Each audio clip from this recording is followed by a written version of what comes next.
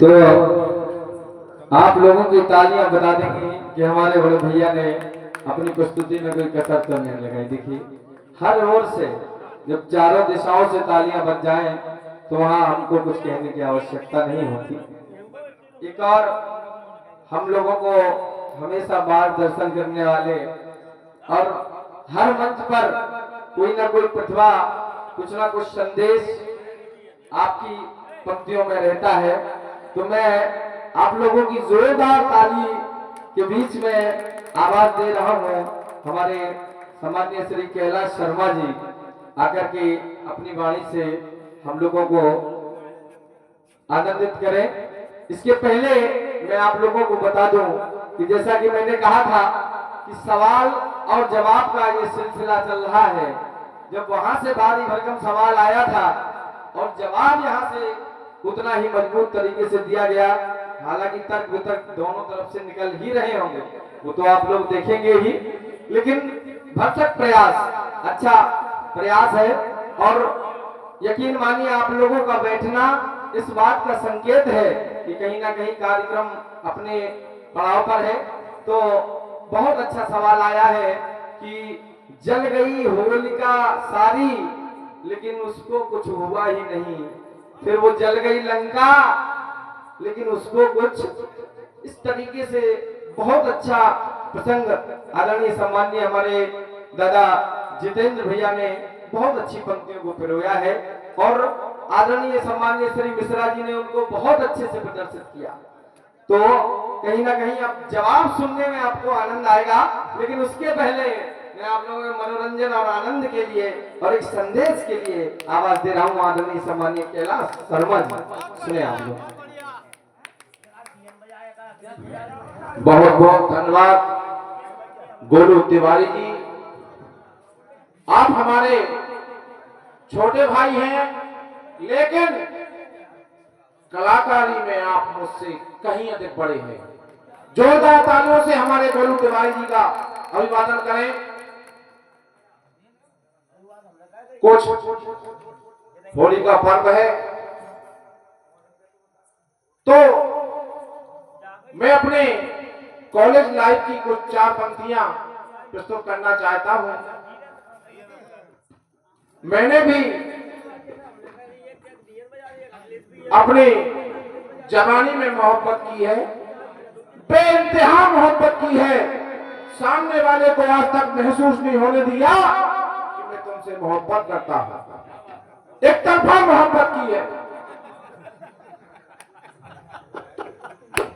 सुनिएगा।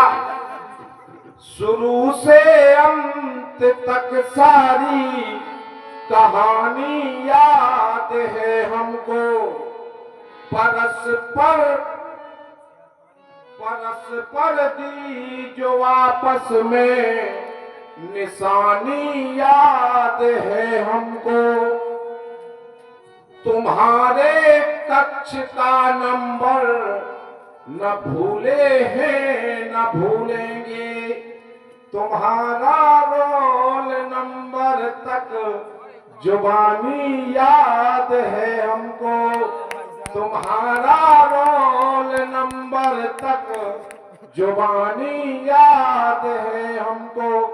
अब गोलू तिवारी जी हारमोनियम पर प्रस्तुति देंगे। नीचे बजा। आज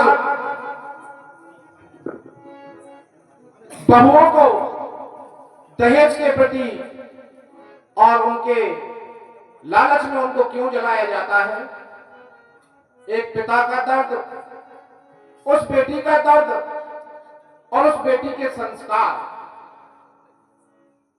जो उसके पिता ने उसको दिए हैं, एक गीत के माध्यम से रख रहा हूं। बेटी को ससुराल में बहुत प्रताड़ित किया जाता है और वह लोक लज्जा के कारण अपने पिता को नहीं बताती है। संयोग की बस जिस दिन उसको अत्यधिक प्रताड़ित किया जाता है और उसके पिता का अचानक आगमन होता है ससुराल में। सुनिएगा। उसके पति, ननद, सास सभी लोग मिलकर उसको आपके हवाले कर देते हैं, तो वो 70% जल चुकी होती है और मरते मरते अपने पिता से क्या कहती है, सुनिएगा कि बापू मेरे सास ससुर ने किया कमरे में बंद, और मिट्टी के तेल की कुप्पी भरकर लाई छोटी नंद, हाथ में दिया सलाई पिया ने आग लगाई, हाथ में दिया सलाई पिया ने आग लगाई। नेटवर्क और मोबाइल का जमाना, पिता अपनी बेटी के बयान मोबाइल में रिकॉर्ड कर लेता है। इसके बाद 100 डायल करता है और दरोगा जी आते हैं।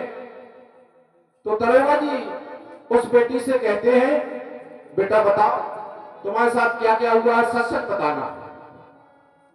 वो संस्कारी बेटी ये सोचती है कि हम तो मर ही रहे हैं, हमारे मरने के बाद हमारे पिता को कोई समस्या खड़ी ना हो, उनकी दुश्मनी ना हो, तो वो कैसे बयान बदलती है, सुनिएगा।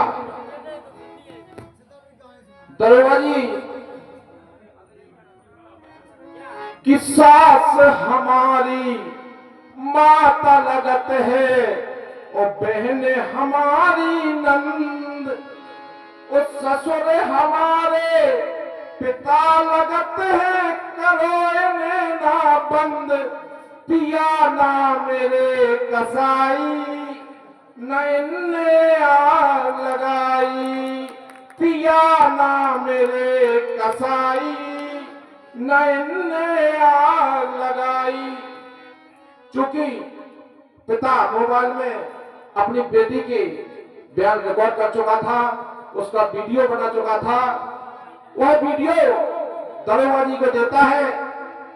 दरोगा जी उस वीडियो को देखते हैं और सभी को पकड़कर हवाला ले जाते हैं और जज साहब के सामने पेश करते हैं। तो एक पिता के शब्द सुनिएगा आप कि जिन्होंने बंद किया कमरे में वो भी हो गए बंद, वो सास ससुर है पिड़े जेल में, वो चक्की पीसे नंद, पिया की घली सुटाई, पिया की घली सुटाई, के जिनने आग लगाई, पिया की घली सुटाई, के जिनने आग लगाई। बहुत बहुत धन्यवाद।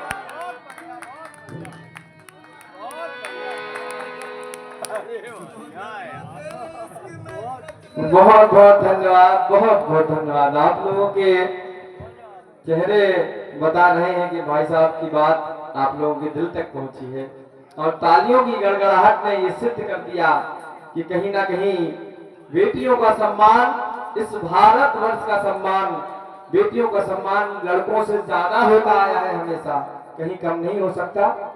और आज के युग में तो चांद के पार तक पहुंच गई हैं, चांद पर पहुंच गई हैं, तो कहीं बेटियों का सम्मान कम नहीं हो सकता। तो आइए इस बिंदु पर भी चर्चा होगी।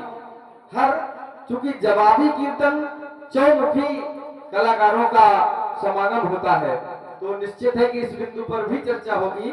लेकिन इसके पहले हमारे बड़े भाई साहब श्री हरवंश मिश्रा जी की ओर से बहुत सुंदर गीत पढ़ा गया, तो मैं पुनः आप लोगों को उससे जोड़ना चाहता हूं कि वही कहा कि जल गई होलिका सारी लेकिन बबुआ को कुछ हुआ ही नहीं, जल गई लंका सारी कुछ हुआ ही नहीं।